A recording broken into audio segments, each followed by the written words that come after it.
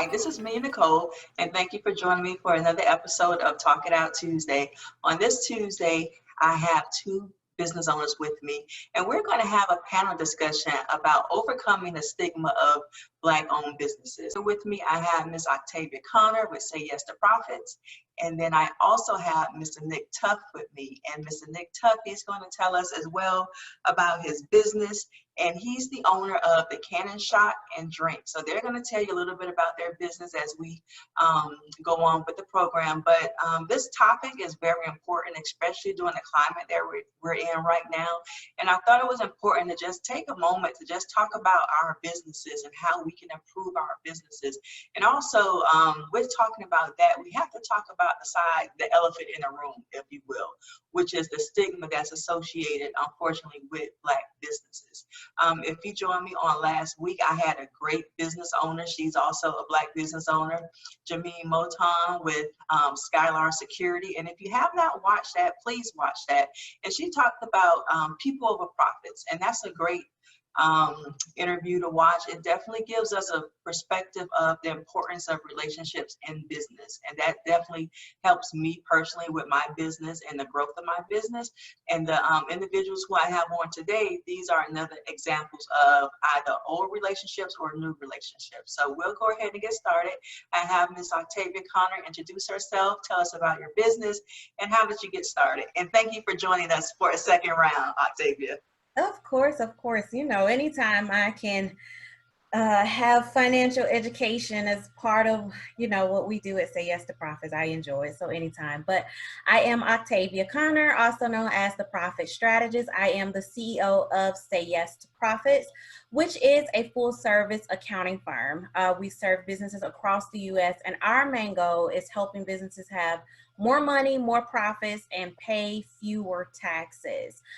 We've been in operation since 2011, and this business started, basically I was in corporate America and I got to the point where I was just bored and unfulfilled. I didn't want to be there anymore.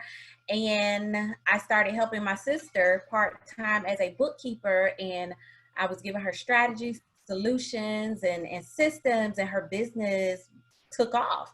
And I said, well, if I can do it for her, I can do it for everybody else and myself too. And after prayer and guidance, I took the leap of faith, and here I am today. As they say, the rest is history. So yeah. Awesome. And that's the edited version of her story. If you want to listen to Octavia's full story, she was like the third person that I actually interviewed. And definitely look at her interview as well too. A lot of great financial advice is on there as well too. And you can definitely check out Octavia's website and her information. We'll get that to you at the end of the show. So next I have Mr. Nick Tuft, and he's going to tell us about his business and how he got started. Hi, Nick. Hey, how you doing, Mina? Thanks so much for having me. So as Mina stated, my name is Nick Tuft. I am the owner of the Cannon Shot Photography and Drinks.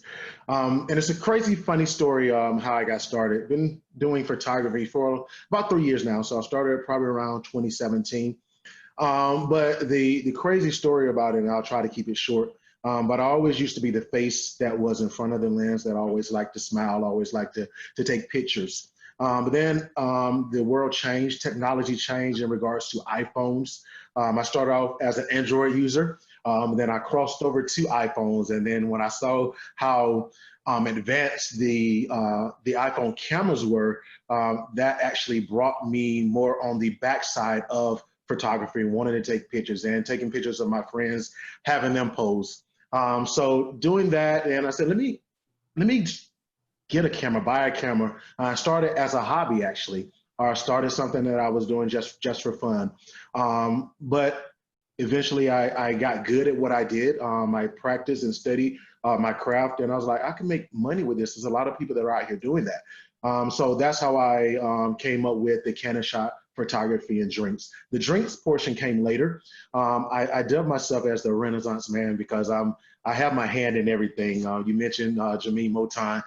That's actually, I'm actually a part of her as well, executive security, sitting on her team as well. However, but drinks, I got started with that is because I mean, who doesn't like to drink, sort of say. But if you look at a business owner or such as yourself who does, I guess, elegant occasions, who is a party promoter, a party planner, some of the main things that you need are a photographer.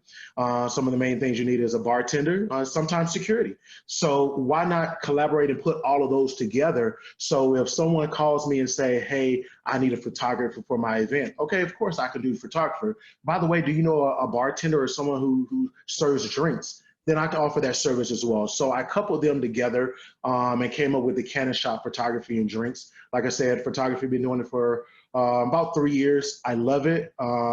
It's different being on the opposite side of the camera, but I wouldn't trade it for the world. Basically, I love what I do.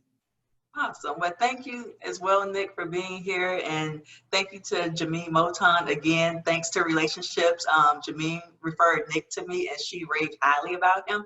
So I am so excited to actually get to meet him and get to know him along with you all as well, too. But on to our topic. So we're going to talk about basically the state of Black businesses. And with everything that's going on as a Black business owner, as you all are Black business owners, we all know the struggle.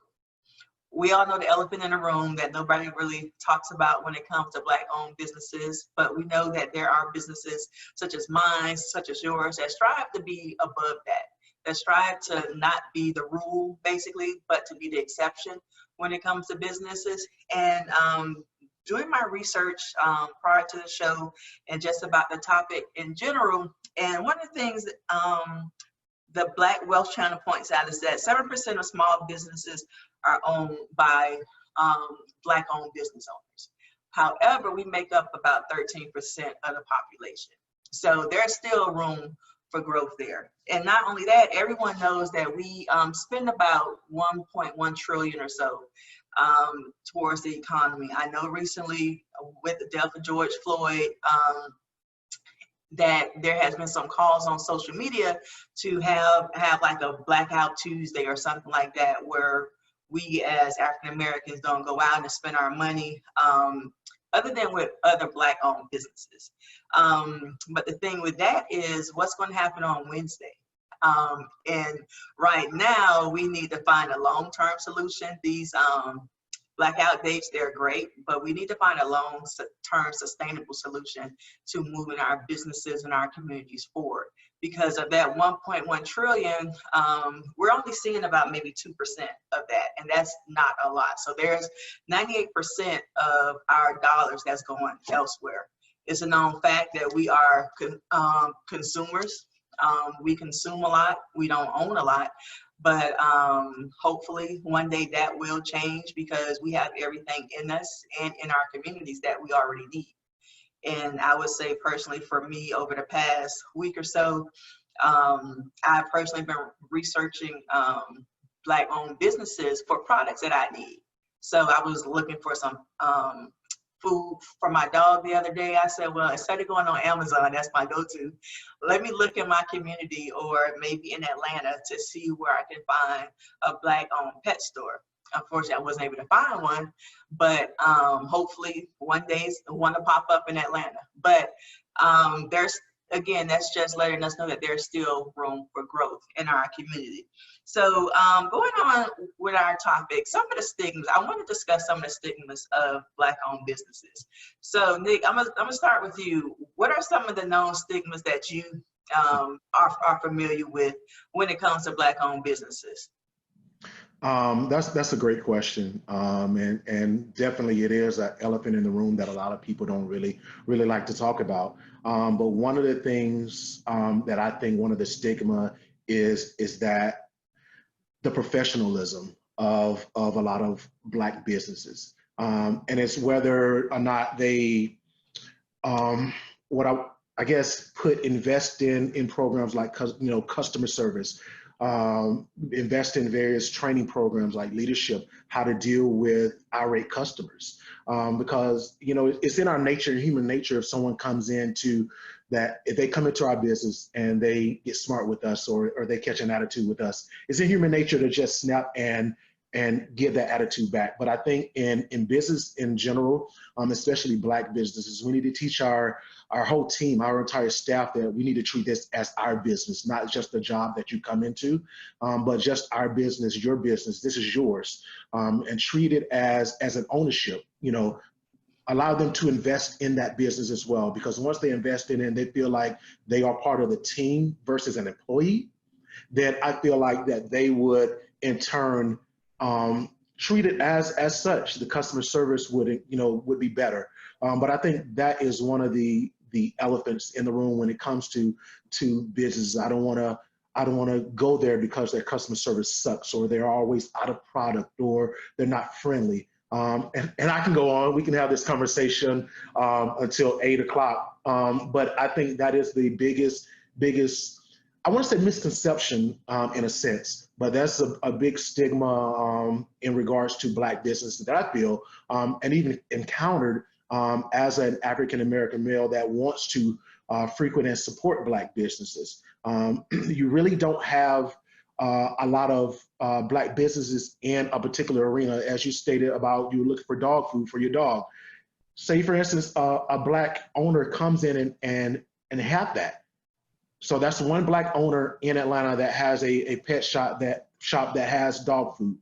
Now you have an employee who doesn't value their job, but doesn't value your business or their business, and they run the customers away. Where am I as a Black person that wants to support business? Where do I go now? Now I have to go back to other businesses that are non-Black to support them and to get what I need. So I definitely think the customer service needs to improve overall in the Black ownership arena, so to say, in Black businesses. Okay. What about you, Octavia? From my experience, the business side of the business is not together. The finances and the operations is not together, which impacts the entire business. It impacts customer service. And a lot of times I think we get so caught up in doing business that we don't spend time on the internal side of the business. And if the internal side of the business is not correct, again, it affects everything. So that's what I see a lot. And unfortunately, I think that it hurts a lot of Black businesses. It limits our potential or their potential when those parts of the business is not in order. I totally agree with that. And both of you have hit on very important points. And one of the reasons why I started Ground Zero Business Consulting, and that started out of COVID-19, but just to kind of help businesses get started the right way. We see there's a lot of businesses that just pop up. I mean, just because you have a business card doesn't necessarily mean that you're in business. And that's what gets a lot of people in trouble. Octavia, you sent me, posted a link on your Facebook page the other day about grants for female business owners. So I applied for that grant, and the first thing that they want to know, what is your website? What is your business address? So I had to have those business verification tools before they sent me the application for the grant. So it's definitely important to just have the fundamentals down when it comes to business. And I mentioned this on the broadcast me and Octavia did. The first thing I was told when I started my business is make sure that you have a good accountant and a lawyer. Those were the two things that I started with. And from that, I'm trying to help other business owners just get themselves together just from the ground level, because once that's together, then your business has a better foundation. And even with the whole customer service portion, that is very, very important. And granted, we're not going to get it right all the time. I don't get it right all the time. There's things that I have to work on with my staff. The case in point, not last week, but week before last, I had an issue with a client, and it almost went left, but the Holy Spirit had to just grab me and had to just have me remember that this is your business, And although she came out the mouth wrong and she had an attitude, and I wanted to, you know, just come outside myself, I had to catch myself, because one, I have a reputation to uphold, and two, I'm not going to stoop down to that client's level. But that's something that we don't see all the time when it comes to business. One of my pet peeves is not keeping your word. I had to let my yard guy go maybe last month, because I had to call him every 2 weeks to see when he was going to come and cut my grass. Now, the yard guy I had before was Hispanic. Every 2 weeks, I knew he was there. I didn't have to call him. That letter, that notice was in my box. I knew my grass was cut. But unfortunately, with this business, I had to constantly call him, and it was exhausting for me. And my husband, he was upset, and he was like, you know what, I'm done. I said, no, give him the opportunity to prove us wrong. You know, if he doesn't do what he said he's going to do this next go around, then we're done. And sure enough, it was a lot of him and hawing, as far as why he couldn't come out and why he couldn't cut our grass. And my husband, he was like, you see, that's the reason. You know, that's the reason why I don't like doing business sometimes with Black businesses. And of course, my husband is Black, I'm Black, and I understand that. And I've said that too, as a business owner.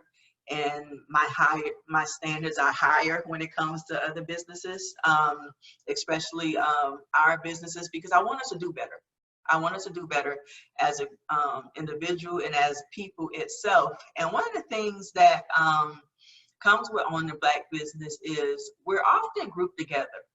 So an example I just gave, unfortunately, with my husband, he was like, you know what, I don't want to do business with him anymore, I'm done. Why is it that we group ourselves together? So if we have a bad experience with one Black business, that counts for like all Black businesses. And the same thing that happened to me at my venue, a customer had a bad experience. I worked it out with the customer, but her husband was like, this is why I don't do business with Black businesses. And I'm like, you know, that was unfortunate to hear, but it's like, why are we all grouped together? I've never heard a white person say this is why I don't do business with white businesses, because of an issue that they might have had with one business. But why is that the case with us? I'll start with you, Octavia. You know, I don't have the answer for that. I honestly don't know. I would venture to say it's just our nature, as people in general, but I don't know, because I try to judge everyone for who you are and how you handle business or treat me as a person, and I would like to be judged the same way. So yeah, unfortunately, I can't answer that. I don't know. Nick, do you want to take a stab at it? I'll try. So I think one of the reasons that we're having this discussion today is because it's repetitive. The things that I mentioned, the things that Octavia mentioned are repetitive. So I think that the reason is because that it's repetitive. We've frequent several lawn guys, and I had that experience before, a lawn guy or a car wash, someone who washes cars, and it's just the same. There's a different issue. Sometimes the same issue is over and over again. It's like, okay, I'm tired of it. I want something better. Like I pay my money for this. So that's the only reason that I can really think of why we would say this is why I don't deal with Black businesses or frequent Black businesses, is because there's a lot of times where we are disappointed in our people, because we want to see us succeed, we want to see us win, but we need to get to that level where, okay, I can go here and I can go to this Black business and I'm gonna get stellar service. No one's perfect. No, we're not saying that. But again, it's the repetitiveness that we get when we frequent a lot of Black businesses. It seems to be the same things, unfortunately. And one of the other theories I read about, which kind of makes sense to me, was going back to slavery. And basically, when one slave got in trouble, they all got in trouble, and when one did good, they all did good. When Obama won, it was like, yes, we did it. We made it as a people. So we all took that as a win.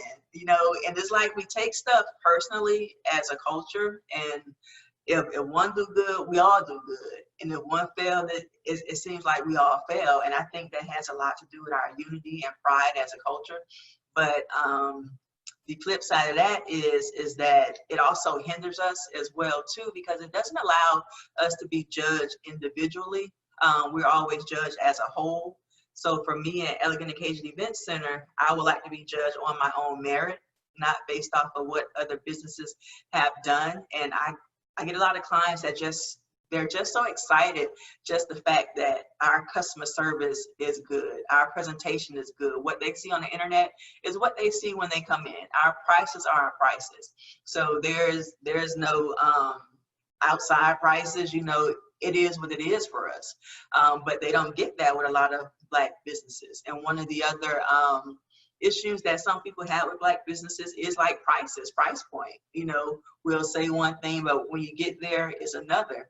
I had that incident as well. This guy, I was trying to buy a stool or something from him, and I'm like, well, you told me one price, and now it's another price. Oh, well, the material and all that stuff, well, that should have been factored in when I initially approached you about this product, you know, so that consistency oftentimes isn't there. A lot of times with simple products, I've been at restaurants, Black restaurants, for certain items, small items, they charge a lot more for, you know, and maybe that could be their cost to operate is a little higher.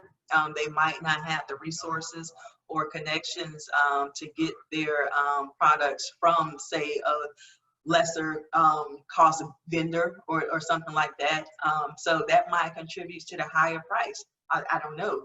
But one of the things that we also see as Black business owners is the flip side of that is our customers. So our customers contribute a lot to us succeeding and failing as Black businesses. And what are some of the experiences that you may have had, Nick, in regards to your customers trying to purchase your products or your services? One of the, I guess, one of the issues that I have, and it sort of segues into what you said. I guess one of the customers is that we set our prices as a business, and a lot of times myself, and I'm sure Octavia and Mina included, your price is your price. But then you have, you know, your people wanting to come and get a discount, whether it's, you know, help a brother out, whether it's I'm your friend or I'm your cousin, but you know, it's help me out, or can I get this? And it's always a discount, or wanting to get a discount. You're not going to go to anyone else to try to get a discount. So I'm a Black business owner. I'm a minority. So support me in any way you can. Don't support me at a discounted rate, because at the end of the day, you're not supporting me. You're supporting the discount that I gave you. So if you're gonna get that somewhere else, you're gonna pay that somewhere else. But support me because not only are my prices good, my work is good in my price, but support me because I am your brother, as you would say, or your cousin or your homeboy or what have you. So that's, I think, one of the issues that I have with customers, is wanting that discount. And a lot of times I do discounts at certain times, maybe a Black Friday discount, or if I want to just continue to get my name out there as a business owner. So I may run a special, but during that time, that's when you need to catch it. But if I'm not, and my prices on my site as I say they are, respect that and support me, like I said, instead of supporting the discount that I give you. Okay, and what are some of the challenges that you've had with some of your Black customers, Octavia? Well, I recently, and I mentioned this to my husband because I was a little shocked, had a customer. He was Black, him and his wife, just like me, and he said we were doing their taxes, and he said, I don't how did he put it? I don't want to cheat the government, but you know, if you can do what you do. And I said, we don't operate like that. I said, we operate in excellency and with integrity. So if that is what you want, then we can help you. But if that's not what you want, I said, because not only am I putting you at risk, I'm putting myself at risk and my license. And would you go and ask someone else this question? And he paused. And I didn't hear anything else about it, but just the audacity to even ask that, I was kind of shocked. Other than that, I would say that was probably the only thing. I've had people that wanted to do business with me and with my firm because I am a Black accountant, which I was like, hey, okay, great. But that was the only time that really kind of shocked me, for someone to say, well, we're the same, and if you can kind of cheat the system. And I was like, yeah, no, we're not doing that. You're not about to get me in trouble because you want a couple of extra dollars. So yeah, that was it. And I think with those cases, you just have to, I often tell people, I can be the serious accountant Octavia, I can be the silly accountant Octavia, and you just have to put on that serious business owner, businesswoman, businessman hat, and have that uncomfortable conversation that we're not gonna operate in that way. And if that's what you're looking for, I'm okay with not, serving you. And that's exactly it. And personally for myself, when we opened on June 1st, we had specials for as a welcome back to our customers. And I still had customers asking, can I get a discount? I'm like, what? I mean, our prices already dropped. First of all, we just opened after being closed 2.5 months. So, I mean, there is no other discounts. It is what it is. And I tell people, you're not going to go to Marriott and ask for some of the stuff that you asked for me for. You're not going to go to Chick-fil-A. Chick-fil-A, you paying at least $10 for a chicken sandwich. You're going to pay them $10 for that chicken sandwich and going about your business. So you aren't asking, can I get a hookup or something like that? And I believe as a business owner and paying people what they're worth. Since I've opened my business, I don't haggle with people. It is what it is, because you have to pay people for their services. You have to pay people for their prices. And at this point, everybody has to make a living. And it's not like, I just hate people trying to take advantage, basically. And I know that we do offer specials for like law enforcement and first responders and stuff like that. But I mean, at the end of the day, we are here to make a living as well, too. And I just hope that people understand that. I'm in a lot of groups on Facebook with event planners, and that's the number one thing that they complain about. If you want a champagne wedding, you have to have champagne money. Like, you can't come to me on the beer budget wanting a champagne wedding because this is something you saw on social media. It's not going to happen. But I think, unfortunately, that's one of the downfalls with being a Black business owner, is that people feel comfortable coming to us and asking for a discount, but we need that full support, because that full support is going to not only support the community, but it's helping us, grow our business as well, too. And I think that's very important. And since we're on talking about finances, I'll tell you, I know earlier you mentioned that a lot of Black businesses don't have their finances in order. Why are finances important when it comes to your business? And also, not only finances, but having your books together for your business. Why is that important? I can go on and on and on about that. But, I think there are a couple of things. A lot of times, when a business owner is thinking about starting their business, they are passionate at their craft.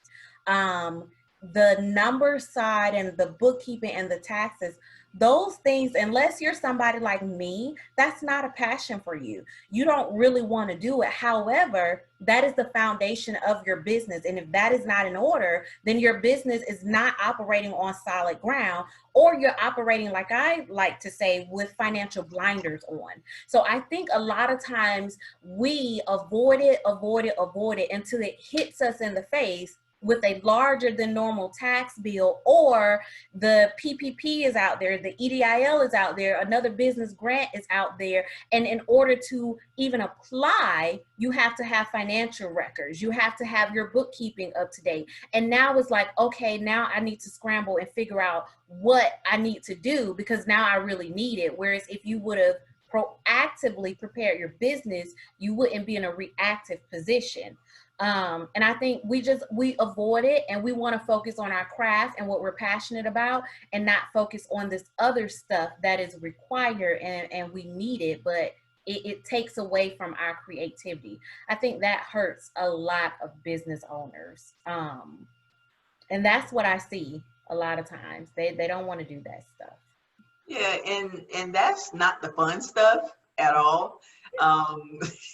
Doing my books and getting my stuff together for my accountant at the end of the month, that's one of the things I don't look forward to, but it's necessary and it's helpful at the end of the year when I can go there and I have a binder already ready, put all of my stuff in it. So that definitely helps. And that's one of the things that we haven't learned, I guess, coming up. We really don't talk about finances a lot as a culture, and understanding what a dollar is, and understanding about credit and credit cards. You know, I was fortunate when I was in college, my mom told me about credit, you know, so at 40 years old, I have great credit, but everybody doesn't have that same story. But it allowed me to open up a business, you know, and to buy a house and other stuff like that. But everybody doesn't have the same story. So I think it starts, you know, early on too. Just being responsible and knowing what finances are as well too. And if you don't know, it's never too late to learn, but just get in contact with someone like Octavia who can help you with your finances. The resources are out there. We just have to be able to tap into them. And talking about resources, so as an African American, starting a business is not easy. First and foremost, our paths a lot of time are different from, say, those of maybe white business owners. You know, a lot of times they have the family support, they have the financial support, and we often don't have that. And that puts us at a disadvantage, unfortunately, sometimes. And my personal story is I started my business myself. I didn't have, you know, family finances or anything like that. I didn't have any big venture capitalists backing me or anything like that. So I had to bootstrap my own business. And that hasn't been easy, but thank God we're still here. But that's another thing, resources. So Nick, tell me about just starting out with your business. Like, how did you get started on your own, and what obstacles did you have to face starting your own business? Right. So unfortunately, or I guess I didn't take out any loans. I didn't ask my mother for any money or anything. But I started out myself as a photography. If you're into, as a photographer rather, if you're into photography, you know it's not cheap. So to say, a camera alone, just the base without a lens can run you anywhere between $1,500 to $2,000. So, you know, first starting out, I took the inexpensive route. I took the route where I'm going on Amazon to find these little flashes so I can work with those. But I saw the quality in the work that I was putting out. And I wanted more for my business. I wanted more for where I wanted to go. So I had to put money aside. I had to set money aside and start investing in the things that I want to make my business flourish, to get that $2,000 camera, to get those backgrounds that I needed. Because once I had all of those and invested that money into that, then I could elevate myself when it comes to taking headshots or engagement photos, whatever type of photos people want, and I had the equipment to do so. So there's still a lot of things that I don't have right now, but as far as getting them, I'm saving. I have a plan in place to get those things, to save money, to put money aside. That's why I bartend on the side. That's why I do security. That's why I do human resources. So that's why I have my hand in everything, so I can put money aside and invest in those things that I want for my business as it pertains to photography. So the resources and I wanted to do it on my own as well. I reached out to friends on Facebook and say, hey, this is what I'm trying to do. Sow into it, invest into it if you want. I'll give you a free photo shoot or what have you. Unfortunately for me, that route didn't work well, and it goes back to supporting those Black businesses, because now that I'm doing well, that I'm good at what I do, then a lot of people who I said, can I get something to help me get my photography? Those are the same ones that says, hey, can I get that discount? And I'm like, okay, so now I put money aside to invest in the things that I need to make my business successful. So I don't believe in loans. Unfortunately, unlike you, Mina, growing up, credit cards, I'm afraid of them now because my credit score wasn't there. But now I put in the work and I got it to where I wanted it to be and where it needs to be in order, if I wanted to go get a loan for my equipment and things I need for photography, I wouldn't have an issue with that. However, because of where I was in my past, I didn't want to go back there. So I decided to come up with another plan and build my product, build my services off of that. Okay, and what about you, Octavia, starting your business and the obstacles that you had starting out? So yes, I started my business. I started my business and I had like $500. I was coming from corporate America, and then I had a baby and went back to corporate America and then came back out. My challenges initially started with starting a business and having a family, and having little ones that I had to raise. So I would sit in front of a computer and doing counting and would have a baby literally sitting on the desk, or next to me. Other challenges, like Nick, I didn't have a business loan or business grant or anything like that. So I would have to bring in money, sit money to the side for bills, and then invest some back into the business. And I had to handle that in a way that allowed my bills to continue to be paid, but also allowed me to invest into my business so that it continues to grow. So the challenges around just properly managing my finances, properly investing the money that I had in order to help the business grow, and then being a mompreneur at the same time. And I think that's a great point that Nick made. Investing in your business, doing my business consulting. I get so many questions as to when am I going to start making money? I've been in business for a year. When am I going to start making money? I'm like, you need to invest what you can back in your business, because that shows through your product, that shows through your services and everything. And starting out with Elegant Occasions Event Center, everything that I have in my venue, except maybe a couch and maybe my office chair, came from a secondhand somewhere. Craigslist, OfferUp, wherever. I pieced that thing together. And a lot of people don't know that, but nothing in there was new, because I couldn't afford a $2,000 warmer for my business or anything like that. I couldn't afford, $500 for a chandelier. So guess what? I created my own chandeliers. So, it's just a matter of just being creative, but still making sure that you have a presentable and a nice product. And then, like Octavia said, as you grow, just slowly start replacing stuff. Every year I try and replace something in my business. This year my goal is to buy chairs. I want new chairs. So I wasn't able to do that when I first started out. I couldn't get the fancy Chiavari chairs because I didn't have fancy Chiavari chair money. So guess what? So slowly just starting to phase stuff out. But when you come to Elegant Occasions Event Center, you would never know most of the stuff that you see or sit on or eat at is from a secondhand place. But at the end of the day, I had to do what I had to do. And that sacrifice has definitely paid off.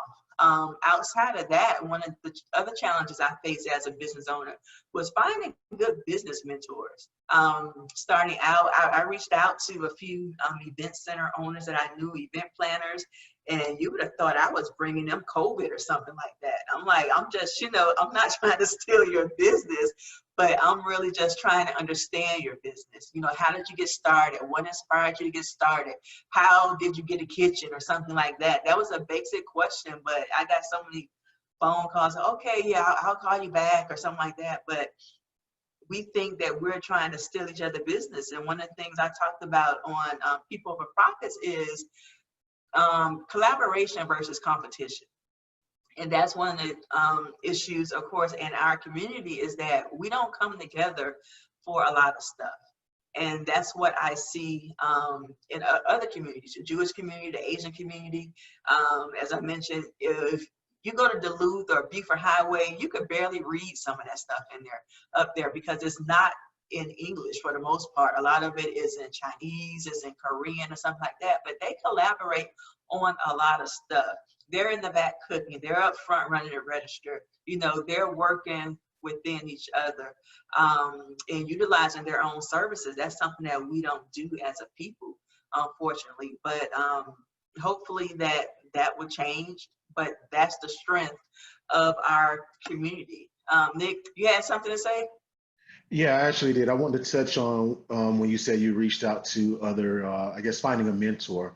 So when I first started, I reached out to several different people who I know were photographers, and it seemed like they were hesitant in helping me and wanted to build. And I just want to know, hey, how did you get that picture to look like that?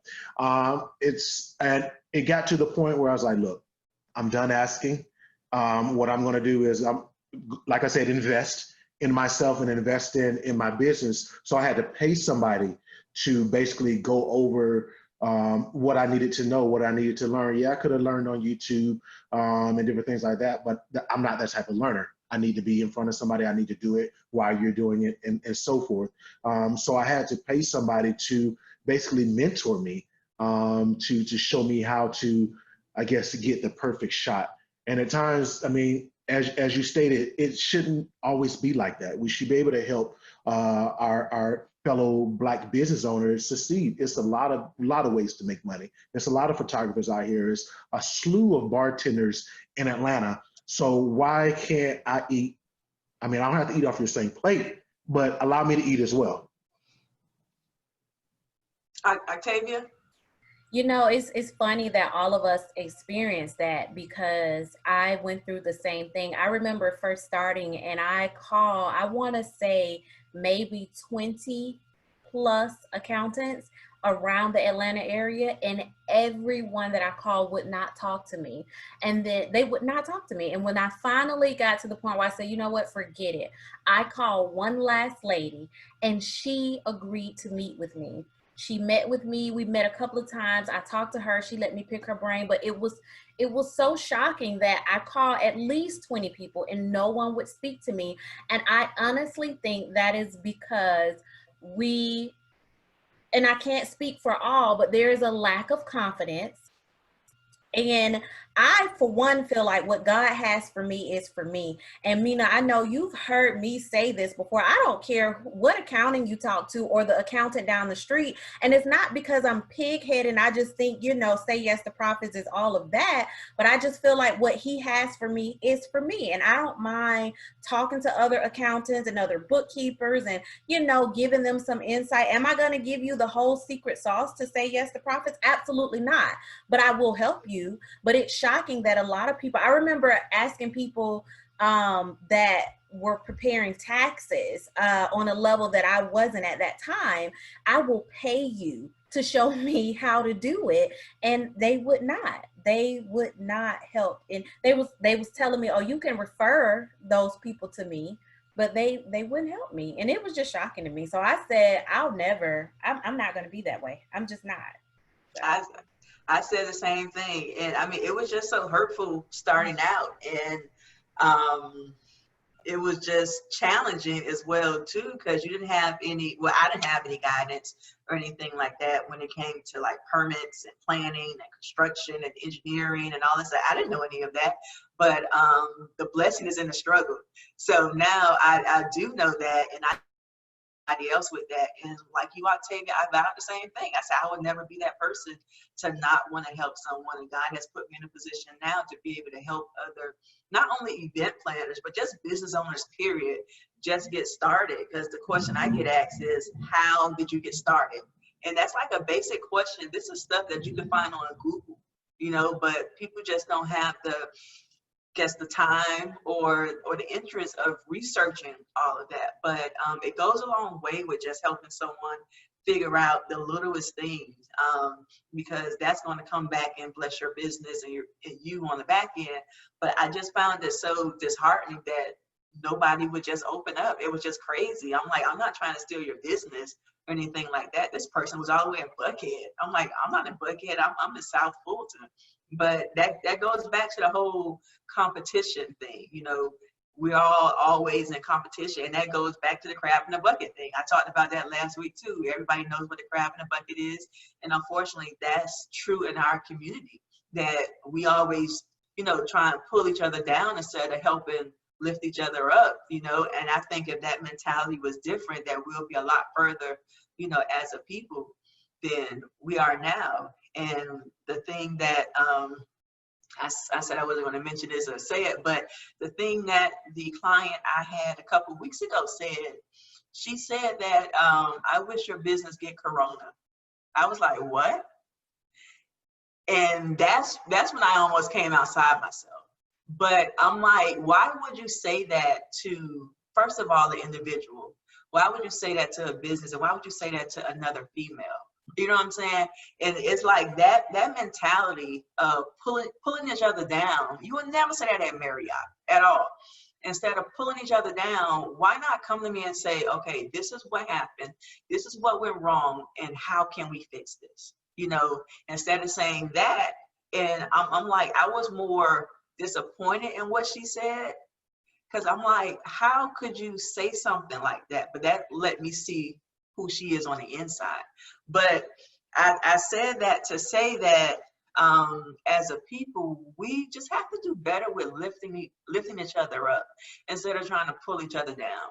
And there's a way to be constructive without being destructive, you know, as far as our criticism of each other and what it is that we do. And even if you are in a mentoring position, there's a way to be constructive. You know, there's a way that you can help people, even if you see that they aren't doing something right. You know, customers could be mentors. I had this one customer who didn't have a great experience with one of my staff members, but I called her and I had a conversation with her. That helped me better my business, you know, and it changed how I did stuff as a business owner. And that definitely helped me grow as an individual, you know? So I think that's definitely important, but that's not always the case at all. You had something to say, Octavia?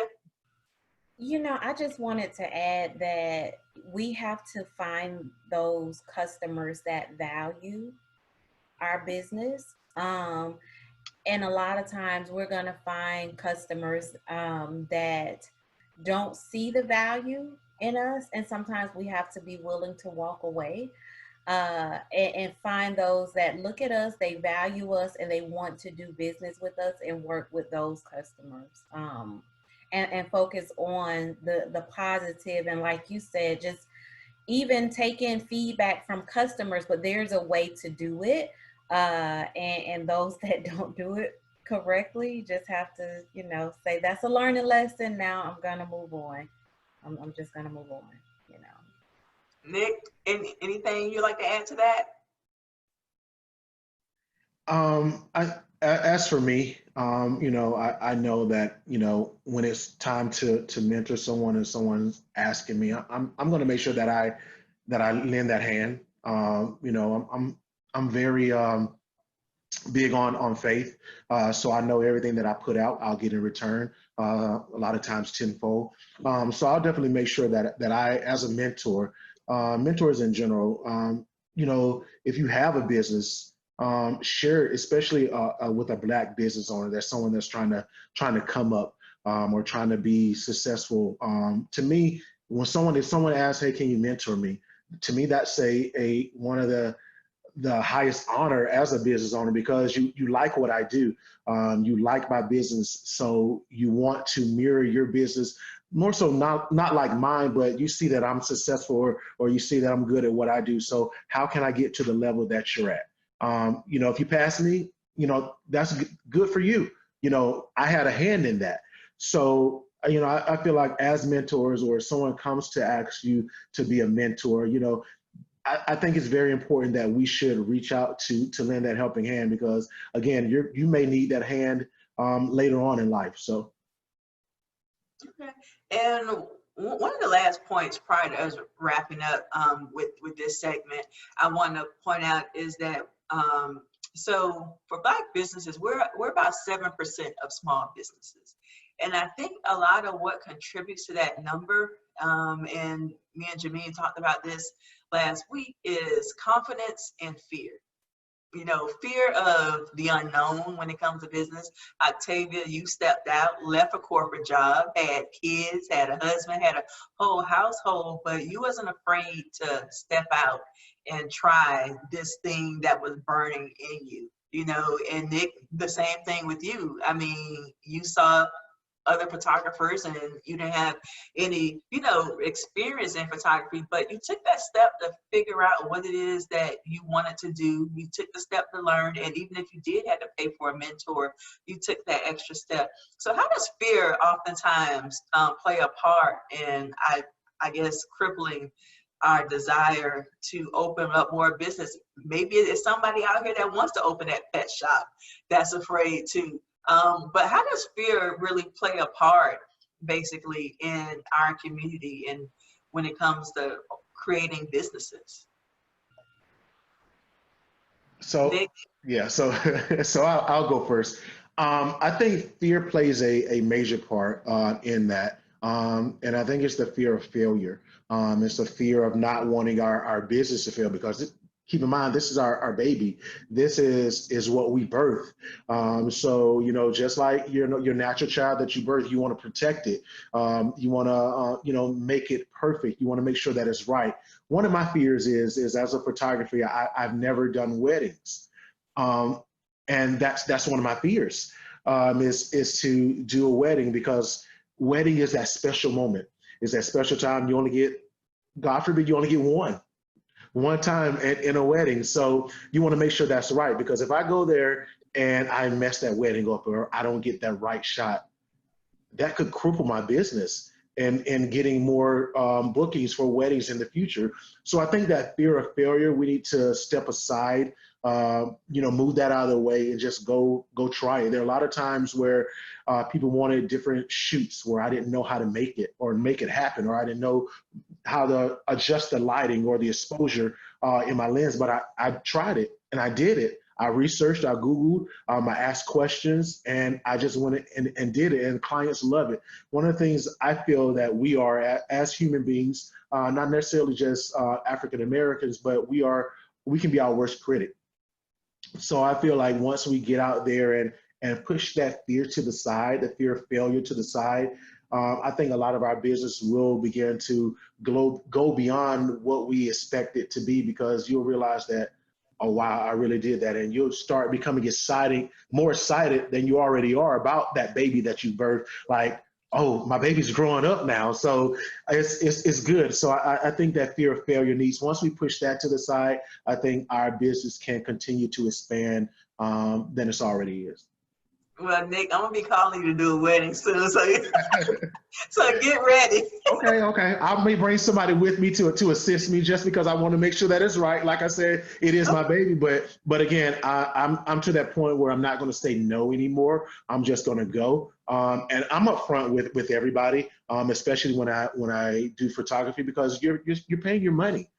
So if they come to me and say, have you ever done a wedding before? Knowing that I want that money, because a wedding cost for photography is a nice penny, but at the end of the day, I value my business more than the dollar. So I'm going to let you know, hey, I haven't done the wedding before, but I have an assistant who's well-versed in weddings. So I'm going to bring them along with me as well, and we're going to tackle your wedding together. So definitely let me know. I will. All right, Octavia, would you like to add anything? Fear for me is false evidence appearing real. So I have to check myself. I started with fear. I'm not one to say I didn't have fear. I had a lot of fear. I had a slew of kids. I had a new home that we had just built from the ground up. And here I am saying, oh, I'm going to jump out into the world of entrepreneurship. But I felt pulled and called to it. I felt like I received a yes. And I also felt like I have this accounting experience that no one can take away. So since I've helped corporate America, there are a million accounting jobs in corporate America. I can always go back and get one, but let me try to bet on me and then see where I land betting on me. And then we can talk about corporate at a later time if need be. So I think fear is, again, false evidence appearing real. And a lot of times I feel like when you do the opposite of what fear is trying to stop you from doing, your blessing is on the other side. So I just do it. I'm like, hey, I'm gonna do it. My very first tax return, I said I'm gonna do it. But what I do, I will say this, I will test it out on myself. And I had the blessing of my sister owning a business, and she was my first client. And I would test it out on her. It's nothing like working with family and you're the baby. So I would test it out on her. I would test it out on myself. And then I'd be like, hey, let's go for it.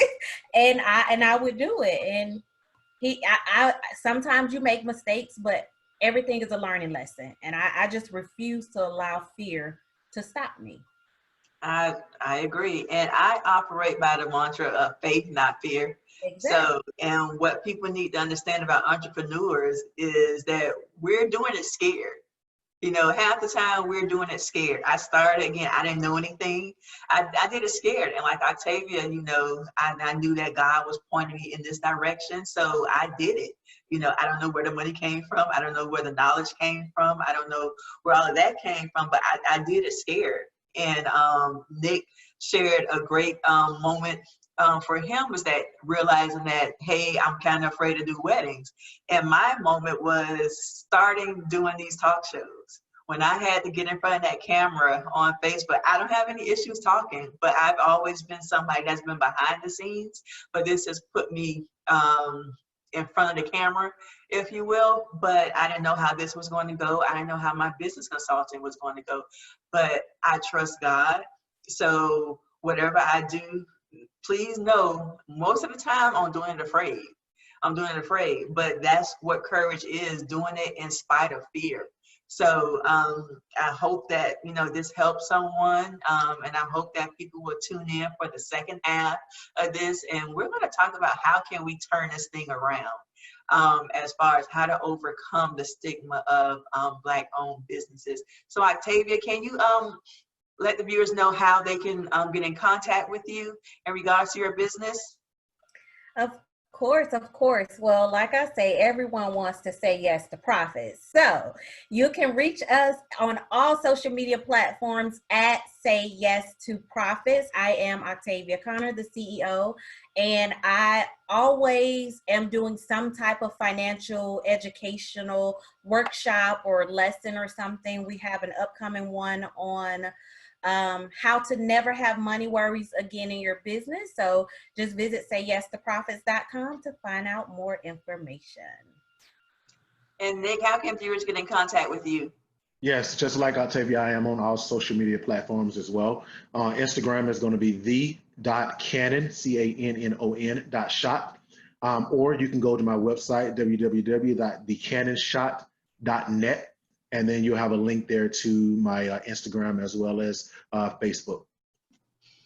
All right, and thank you to our guests for joining us on today and just talking to us and trying to help us just be better as individuals, be better as a community, be better as people and business owners. So the second part of our segment will air next Tuesday. We're going to talk about overcoming the stigma of Black businesses. So please stay tuned for that. There's more to come. And thank you for joining. This is Mina Nicole, and thank you for watching Talk It Out Tuesday.